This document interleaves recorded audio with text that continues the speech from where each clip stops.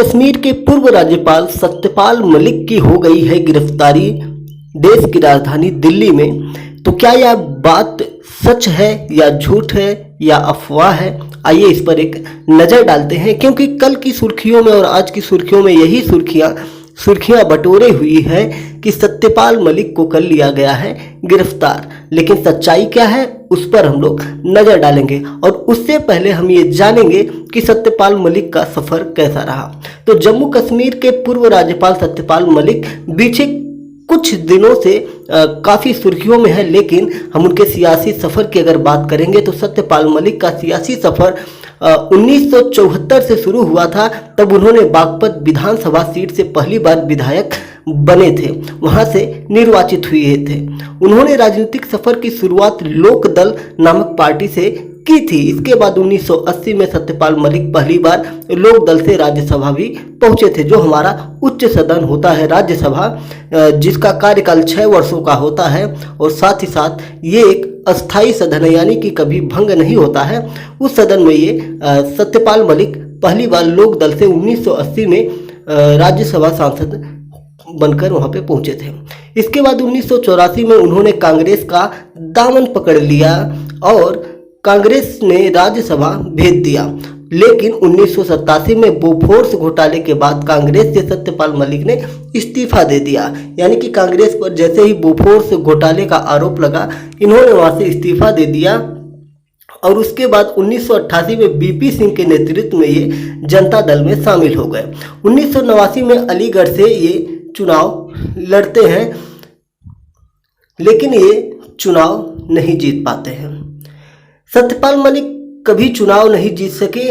1996 में उन्होंने समाजवादी पार्टी के टिकट पर फिर से अलीगढ़ सीट से लोकसभा चुनाव लड़ा, लेकिन उन्हें हार का सामना करना पड़ा। सपा के बाद उन्होंने 2004 में बीजेपी का दामन थामा। फिर उन्होंने 2004 में ही बागपत से चुनाव लड़ा और वहां से हार का सामना पड़ा। इसके बाद भी बीजेपी में उनका कद बढ़ता गया। 2012 में उन्हें बीजेपी ने राष्ट्रीय उपाध्यक्ष बना दिया था। सत्यपाल मलिक को 2017 में बिहार का राज्यपाल भी बनाया गया। बिहार के बाद उन्हें राज्यपाल के दौरान ही जम्मू कश्मीर की भी जिम्मेदारी मिली, क्योंकि जम्मू कश्मीर में जब राष्ट्रपति शासन लगता है तो उसके बाद इनको उपराज्यपाल के पद पर तैनात किया जाता है। 2018 में उन्हें यहाँ का राज्यपाल बनाया गया था, और अनुच्छेद 370 जो हटा था उस समय वहाँ के राज्यपाल भी ये बने रहे। यानी कि अगर आपसे पूछा जाए कि जम्मू कश्मीर से जब अनुच्छेद 370 हटाया गया तो वहाँ के उपराज्यपाल या राज्यपाल कौन थे, तो वो आप बताएंगे सत्यपाल मलिक थे। इसके बाद उन्होंने 2019 में गोवा का राज्यपाल बने। 2017 में बिहार का राज्यपाल भी वे बने थे।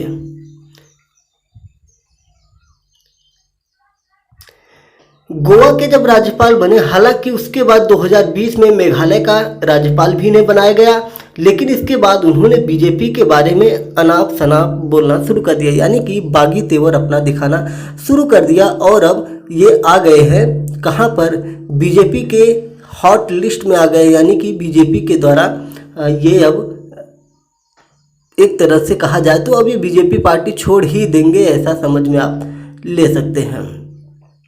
बात की जाए तो 4 दल छोड़ने के बाद ये बीजेपी में आए थे, और सत्यपाल मलिक एक बार लोकसभा चुनाव जीते थे और 50 साल का इनका कैरियर है।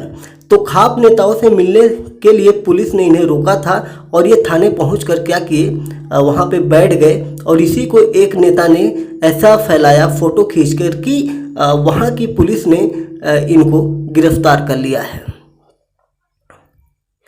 सत्यपाल मलिक को सीबीआई का समन भी जारी हुआ है पूछताछ के लिए, और सत्यपाल मलिक कहते हैं कि मैं सीबीआई के दफ्तर नहीं जाऊंगा, सीबीआई को खुद मेरे यहाँ आना होगा। भाई जलवा तो है ही, सत्यपाल मलिक इतनी बार राज्यपाल बने हैं, इतने बड़े धुरंधर हैं, और इनको क्या किया जा सकता है। खैर, भारत की जो राजनीति है, भारत का जो प्रशासन है, वो अपना काम करेगा।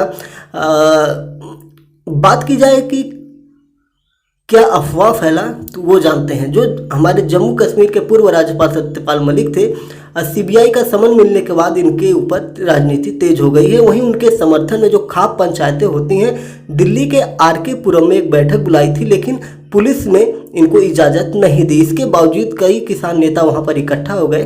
फिर वहां पुलिस पहुंची और कुछ नेताओं को अपने साथ वसंत कुंज और आर.के. पुरम थाने ले गई थी। इसके बाद सत्यपाल मलिक भी थाने पहुंच गए और वहीं पर फिर ये खबर आने लगी कि उन्हें हिरासत में ले लिया गया है। लेकिन पुलिस बार बार ये कहती रही कि हमने उनको हिरासत में नहीं लिया है और उनको हम उनकी मर्जी से जाने के लिए भी कह चुके हैं। खैर वो जा नहीं रहे हैं। तो ये सारी चीज़ें वहाँ पे चल रही थी। बीकेयू नेता गुरनाम सिंह चांदनी ने आरोप लगाया था कि खाप प्रधानों और सत्यपाल मलिक को आर.के. पुरम में गिरफ्तार कर लिया गया। तो ये रही आज की अपडेट जो हमारे देश में फैल रही है। जय हिंद, नमस्कार, भारत माता की जय। अगर हाँ चैनल पर नए हैं तो चैनल को सब्सक्राइब कर लीजिए, लाइक कर लीजिए, कमेंट कर लीजिए, जिससे आपको इस तरह की न्यूज़ एनालिसिस प्राप्त होती रहे। जय हिंद, नमस्कार।